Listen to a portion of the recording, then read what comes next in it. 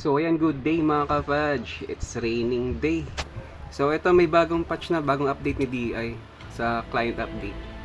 So ito meron tayong Revenant Market, Darkening Decades, Worldstone Corruptor, March of the Goblins, Wings Customization, Paint, Unyielding, All Clan on Deck. So ito mga ka-fudge, ang mga bagong update ngayon ni Diablo Immortal. So, ito yung Revenant Market. Unahin na natin to. Check natin. No idea pa talaga ako sa bagong update eh. So, ito yung Revenant Market. Ito yung bagong Phantom Troop ngayon.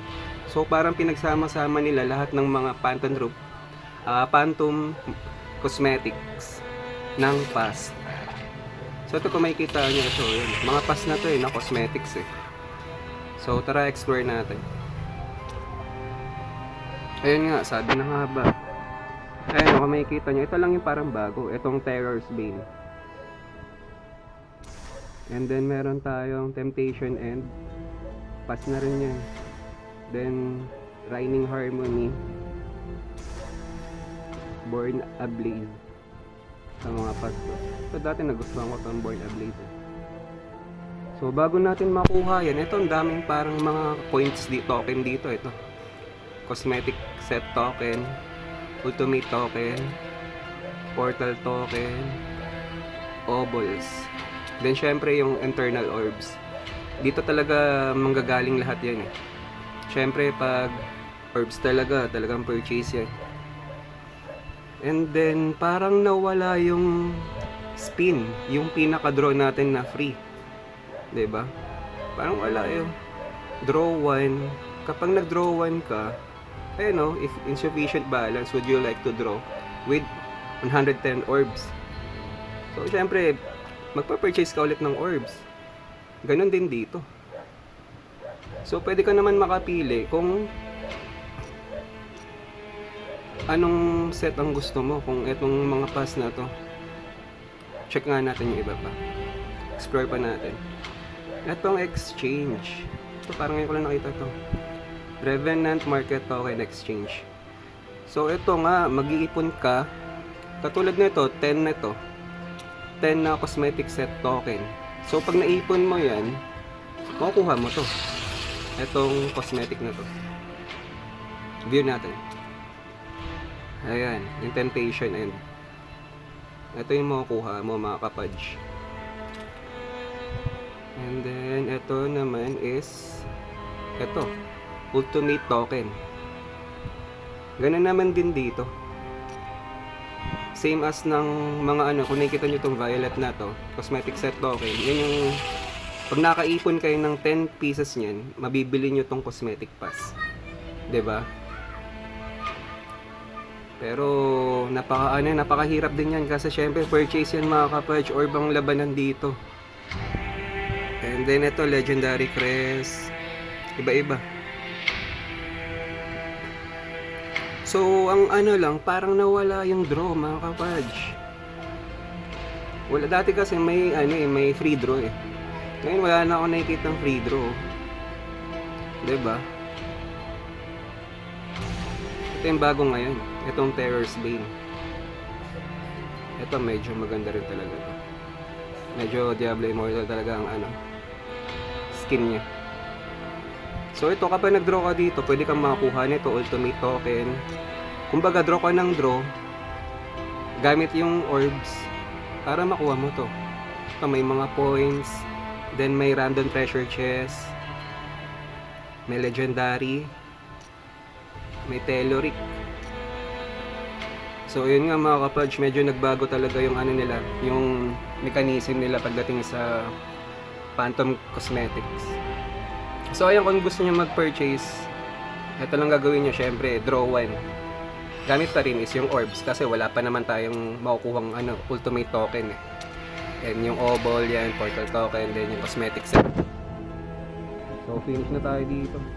Clean lang natin to. Ito, nakakuha na tong NZT oh. Review pa natin yung mga iba. Then Darkening Decades.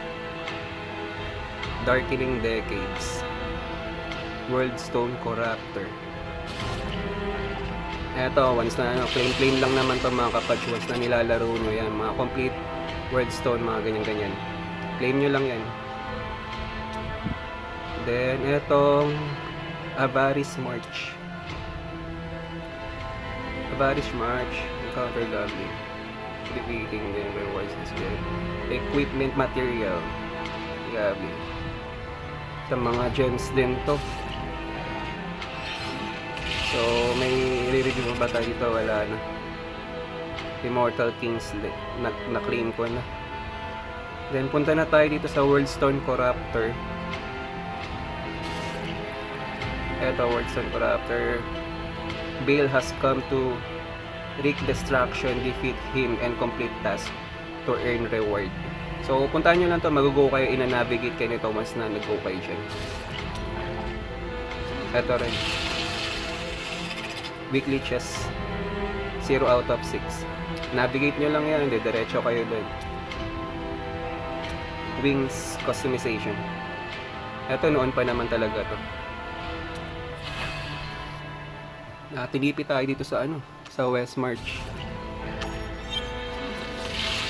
Saan tayo papupuntahin nito? Parang iba to. Check nga natin kung anong meron dito. Medyo binago talaga ni ni Blizzard yung yung Phantom Cosmetic. Bali yung mga previous pass talagang yung apat na yon inulit niya para makakuha yung mga bagong player. Siguro para sa mga newbie or yung mga gusto yung cosmetic na yun na hindi nakuha ng iba. Ayun nga, yun pa rin. Ito pa rin mga kapatch. Yung wheels na yun, gamit pa rin naman ng orb pa rin talaga. Events tayo, check natin, meron pa ba tayong nakalimutan?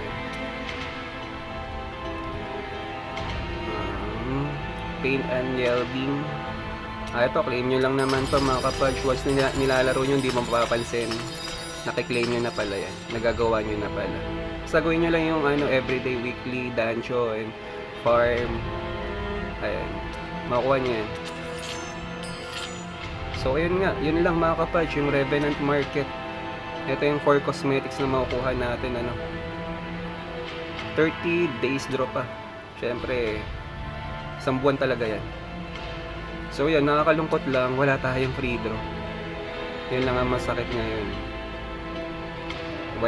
Walang binigay si Blizzard para sa ngayon. So, check na lang natin in the next month kung may ibibigay siyang free draw ulit. Medyo mabigat yun kasi purchase yun, orb yun eh. Medyo sa mga, alam nyo na, sa mga spender talaga yun. So ayun mga kapatch, na na-review na natin. Tara, subok na tayo ng ng LC. Chat ko nga tong si Sase. Naku, nawala pala siya. Nandun pala siya sa isang account ko. Bala ko pa naman na na.